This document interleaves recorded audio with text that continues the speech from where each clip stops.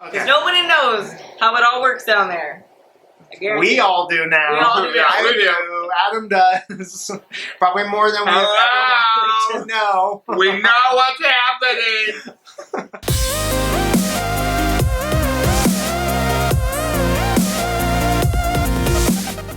Hey guys, it's Eric. And Adam. And today is McBaby Monday. McBaby Monday. It's McBaby Monday.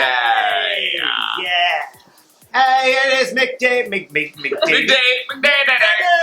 McBaby Monday, and today is an amazingly special, exciting day because we are introducing our egg donor. She is not going to have this bag on much longer. But let's go ahead and should we do the review? Yeah. All right. So everyone, I want to introduce you to our fabulous egg donor, otherwise one of our best friends, and this is Julie. Julie. Woo! Yay! Yay! Hey, girl. Julie's our egg donor. You're welcome. So we just wanted to take this moment to really introduce you to her. She is and has become. Sorry, girl. Squeeze too tight. All right. My like I think it has so much love. She has become such a big part of our lives, not only as like our egg donor, but really friendship. You're my best friend. Yeah. Yes. Our best friends. Bust down. So this is going to be kind of just a. If we can make it through this video, we are definitely going to be asking Julie a lot of questions. Questions you guys may have for egg donors. If there's any egg donors out there considering this, or in the middle of it, or nervous about what's to happen, or you can relate in case you have been through this process. Maybe. I think the biggest thing that we came across was that every person's journey through the egg donor so different. is different. Yeah. I heard so many stories when I was doing all the research. I really thought I had an idea of what was going to happen, and it was completely different from what actually happened. Yeah. So. Yeah. I think we were like, oh my gosh, this is about to happen. And she's like, no, I feel fine. Or we're like, oh yeah, you're fine. She's like, no, I'm not okay. Hello! Hello there. How do you do? So we're going to take it from the beginning of kind of when we presented this to her. Yeah. Adam and I wanted to do it together, ask her together, but it didn't really end up that way. I actually ended up just doing it myself because I think both Adam and I we just wanted to know. Even before that, Adam and I kind of, when we found out we were going to go through the surrogacy process, we were like, okay, so we have our surrogate. Awesome. What about egg donor? We really like the idea of having an open adoption, so we like to know the birth mother. So we were like, why don't we carry that over so that we know the actual egg donor, so that we know that she's going to be in our lives forever. Hopefully. Surprise! You're stuck with us forever. We went through a list of names and we wrote them down, and we kind of just went down the list, and we were like, okay, we had like a little a long list of requirements, but just like generalized. Yes, she met them. Are you sure? Generalized requirements were, she had to be someone who was a really good friend of ours, and someone who we could trust, someone who we could see ourselves being friends with in the future, someone we could see our children, having in their lives, liking, wanting to spend time with, wanting to get to know. Health, wanted to make sure that all the health was good. We ideally were originally just going to go with just my sample and just do... He means sperm. Sperm. So we originally were like, okay, we need to get someone who can kind of resemble Adam, and so we wanted somebody who was like pale skin, Whitish. Dark hair. Can we curse? What? and someone who is young. They said 28 or younger is usually kind of the age that they look for egg donors. And it helped a lot too that Jay Baines didn't really want kids of her own, because going through this process, we can imagine it being very difficult for someone who wants kids to provide their stuff to kids that aren't, like if it's somebody that wants kids and then you're giving, And I've noticed, like, the people who I have talked to about being an egg donor, like when I started to tell people, my friends, they were like, wait, you're giving away your eggs? Like, I would never do that. That's mine. I need those. And I'm like, but I'm not going to use them. That was kind of like our list of requirements and our hopes. And Julie just kind of met all those. And it was just kind of like, we brought her name up and we were like, we just looked at each other and said, yes. Like, without a doubt, we didn't even second guess it. We were like, that is our first choice. She was our first choice because we were just, all of those requirements just kind of fell into place. But she means so much to us that it just kind of, it just meant, it was just... I was going to say, oh my god. Try not to cry. It's making me... Okay, I won't get into the mushy stuff then. And prior to me asking, I actually went online and looked at some psychological some psychological What word are you trying to say? reports. Wow. Repartments. I was going to say reports. Well, that's what I heard. Prior to asking Julie, I was on his 8th popsicle. 4th. It's not your 4th. No. Already? Your 2nd. 1, 2, 3, 4. We didn't even get through the beginning. What are you going to do for the rest of the video? I gotta go get the rest of the box. Oh my god. So prior to our asking Julie, I went up and I looked at a lot of like psychological reports that said, look out for these signs. When you ask them if they would be interested, look out for these answers because you don't want it to be as though they're feeling under obligation to say yes. So one of them, just for an example, is, oh my gosh, I would be honored to, or I'm so honored you asked me. So that was like sign number 1. A lot of reports said that, which I thought was interesting. And Julie's first when they asked me, like he was going through a list of like people who they were thinking about, and then he was like, well, then we were thinking about you. And my first reaction was, me. You want my genes like connected to you guys. I was like, yeah. She was like, we really? Like, I was like, this way. yeah. I literally trip every 5 seconds. Like, I don't know my left to right. Like, it's bad. But then my second reaction was, just because I've only known you guys for like, was it like not even minutes. 2 years? Like, it's literally been like a year and a half. Yeah. And I literally feel like they're my family already. You know, I moved here from New York and they're just like the family I don't have out here. Like little brother, like big brother. But like my second reaction was I want to do whatever I can to help them. And it wasn't a matter of like how much it's going to hurt or anything like that. I wasn't even thinking about that. It was I want them to be able to achieve their dreams. And that was like my initial reaction. He's like, you should probably think about it before you say yes. I was like, I've done some research and I think you're going to need to do some research. So I'm going to let you take this home and do some homework and then come back to me and then we'll do the actual quiz then. Yeah. And as soon as I went home, I did a bunch of research that night. I didn't tell anyone because I didn't want anyone to influence me or, to be like, oh, don't you dare do it. Like my, family or something would say that. So I really kept it to myself. I did a ton of research, and my findings were horrific. Don't research things that, it literally only tells you worst case scenarios on the internet. And I was like, okay, well, this can't be that bad. Like, I need to meet a doctor and talk to them about it. So, yeah. Did my research. It didn't scare me away too much. Did it scare you away any? Yeah. Okay. I was like, this is not going to happen. So what was your deciding factor? Like when you said, in all of your research, when you were like, okay, I'm going to go through with this? I think it was looking up the fertility centers. Okay. I think seeing the fertility centers, their websites, and, just your input on all of those and what you thought about them, I think that was starting to make me feel more at peace with the idea that, a bunch of people do this all the time. It can't be as horrible as it sounds, Yeah. So I was And like, at that yeah. time, we had narrowed it down to 2, right?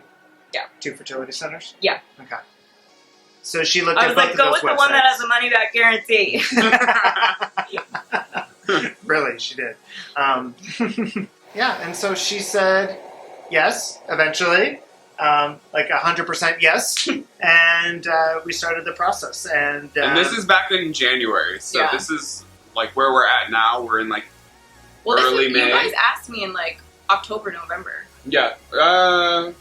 It was like end of November, probably. Oh, probably. Yeah. And then you were like, we're going to start in December. I was like, what? Yeah. Yeah. I was like, We're like, we're on the fast track, Yeah. so... You're like, I want to meet me now. And I'm like, I don't.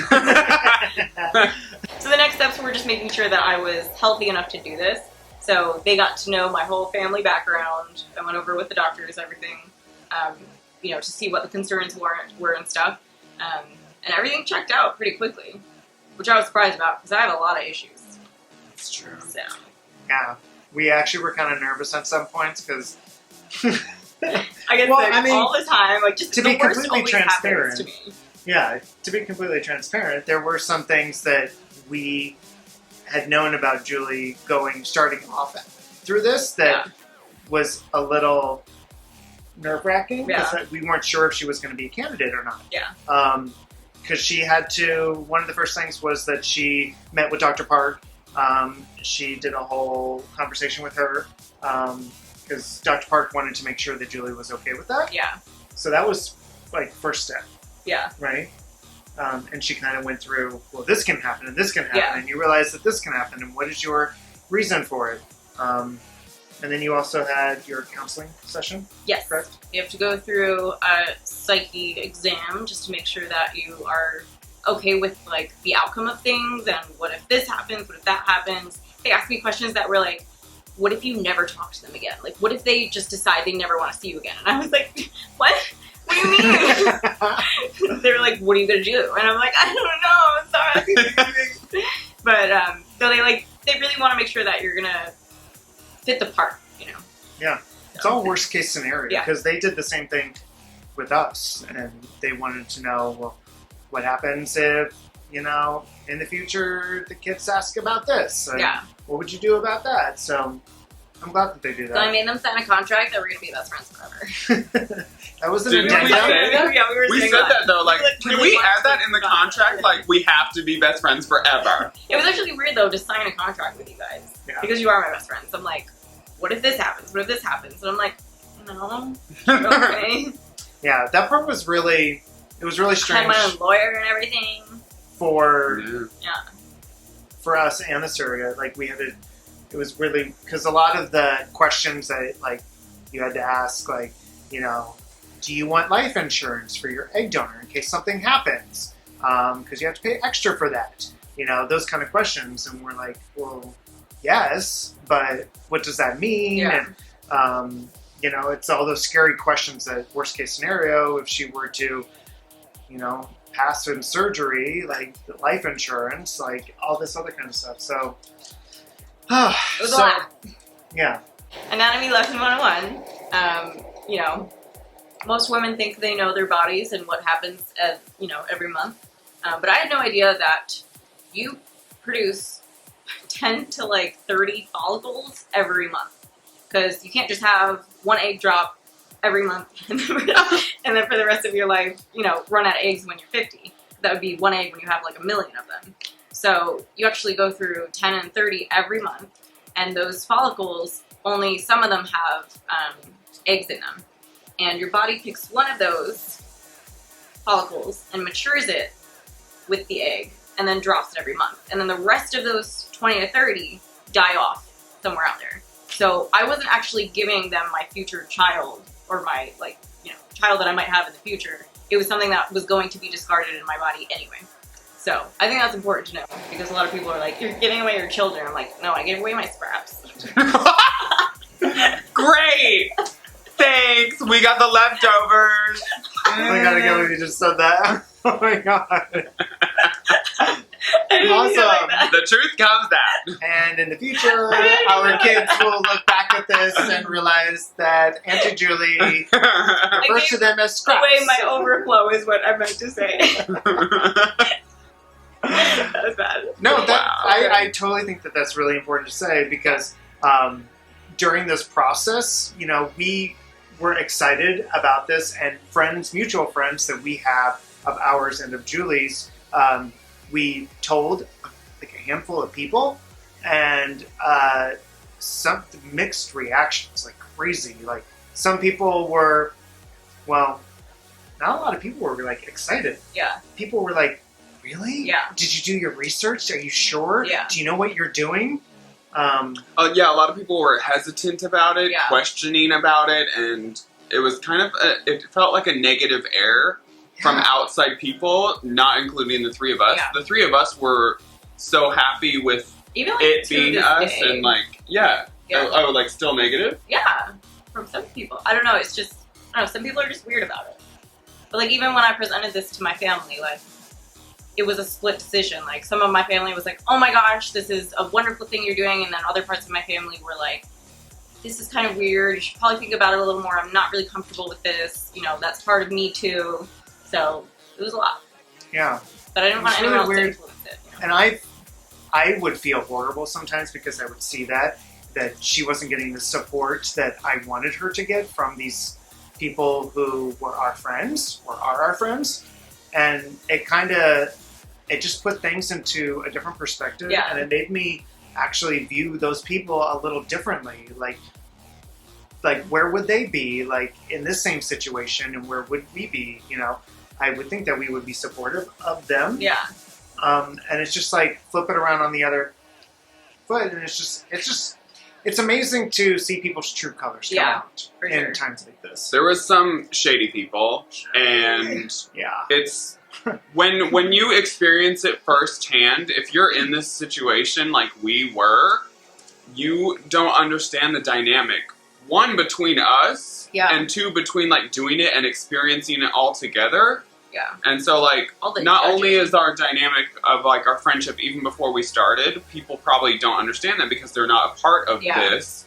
And then second, like they aren't doing it, going through the whole experience with us.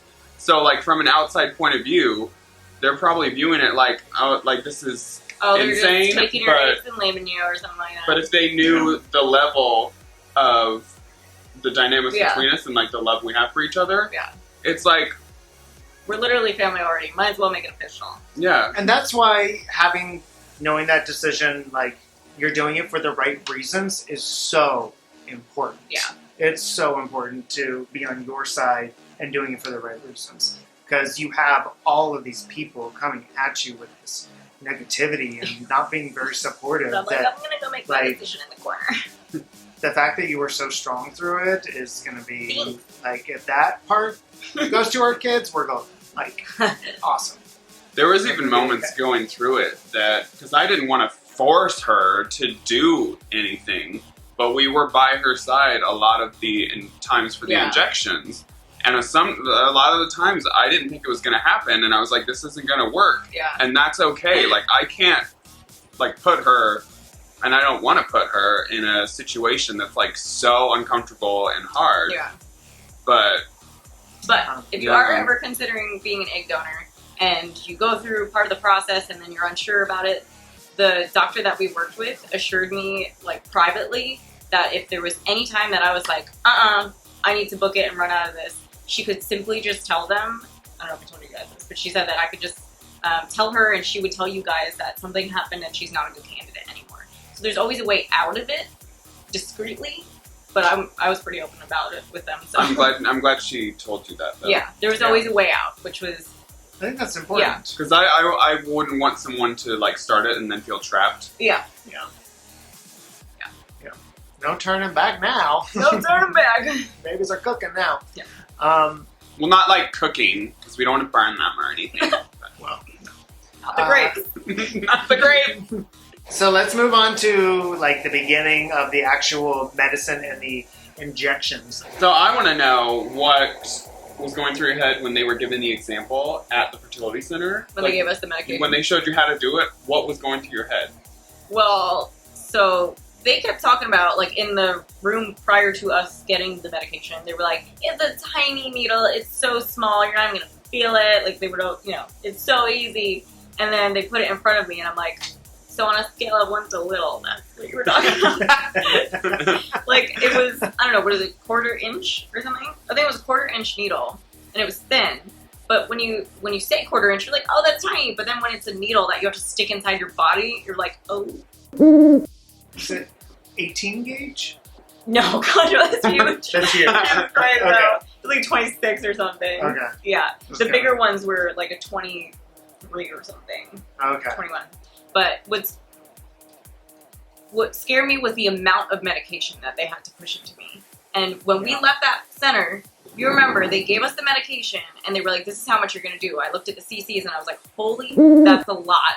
And then when we left, we got a phone call saying we're going to up it this much. Do you remember that? Yeah. And it was way more than they originally They gave doubled us. it. You Didn't they freaked go out? from, like 150 to I was 300? literally about to have a panic attack in the car. Yeah, she freaked out in the car. Because I have reactions to Robitussin. Like, I can't, I can't have, like, child's Robitussin. Like, NyQuil, I can't do any of those. So I'm like, what is this going to do to my body? It wasn't even the needles that scared me the most. It was, what is the medication going to do to my body? Am I going to start convulsing? Am I going to be allergic to it? What do I do if it's inside me and I can't get it out? Like, that's what I was scared of.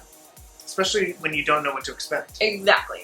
I think that is probably the Yeah. scariest part, I can imagine. Yeah. And that first night, I made them stay with me and play Rocket League afterwards because I was like, what is going to happen? Like, I don't know if I'm going to be able to sleep. What if it affects my heart? And, like, all this stuff. Like, I was so scared. And I'm sure they remember the first Oh, time yeah. I had to shoot myself up. Well, I found it. it. Remember? I Are found you going to it. put it in here? No, I won't. It's really bad. It's a close-up of her stomach. So, yeah. But we...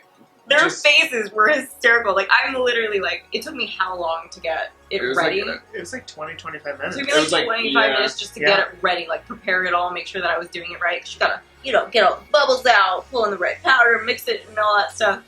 And then time came to, you know, grab my fat and shove it in, and you know, I got a little nervous. Well, it took you... She was sitting with the needle in her hand, hovering over her stomach for like 15 minutes. And we were like... And they're just recording it like, We're just watching her, and she's like, do it. she's Yeah. like, I was like, I'm and gonna do then it.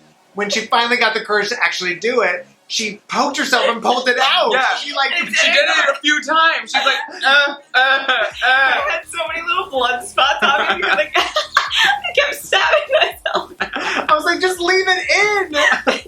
Because it's like weird when you push, because the needle is so thin that it can actually bend, and if you don't do it fast enough, it's not going to go in all the way. So I would hit it in, it would get stuck in that first layer of skin, but it wouldn't go any further. So I thought I had to jam it in harder when I could have just pushed it in while it was already in me. But it like, and like it wasn't the needles that hurt so much. One of the medications, was it the Menopur, hurt so much when you push the pump in. Like you could feel the burn of the liquid going inside you. The other one didn't do that. Yeah. But it literally, like, I was fine with the other one. As soon as I did the Menopur every night, I was like, oh, this other one's fine. I just stabbed myself and it was done. Because you always started with that one. Yeah, but the Menopur, every time, I wasn't scared of the needle going in. I was so scared of the feeling of the medication. It hurt so much. It was like burning, and then you feel it inside of you, like spreading out and stuff. Yeah, I remember you God. saying that, oh, it wasn't even that, like the actual needle, it Yeah. wasn't that bad at all. Yeah. But then, yeah, Yeah. the medicine. And then you start to bruise everywhere that you give yourself the shots. And, you know, I was told to only do it on my stomach. They said that you can do it on your outer thigh, but, or inner thigh, but it has to be at a certain angle. And then a lot of people mess it up, and I don't want to mess it up. And I got plenty of little pudge here of my stomach, so I figured it'd be great. But you get so many bruises that you're just giving yourself injections in your bruises, and it starts to get kind of uncomfortable. Tender. Yeah. Like, I couldn't sleep on my stomach or anything like that, but... Did you ever didn't you use ice cubes at once? Yeah. To like numb it a Yeah, little? so some of the medications there was 3 different medications that I was shooting myself up with. Actually, well, the 4th one was like the last one. Right. There was 3 a day, 2 a day for the first couple days, and then 3 a day. And the third one, every time I would give it to myself, it felt like a bee sting. Like the needle was fine, and then after I took it out, it was like I got bit by something, and I had to put ice on it to calm it down. Was it ever like itchy, or Yeah, it was like itchy and burning, and it felt like a welt or something, you know. But then it would go away.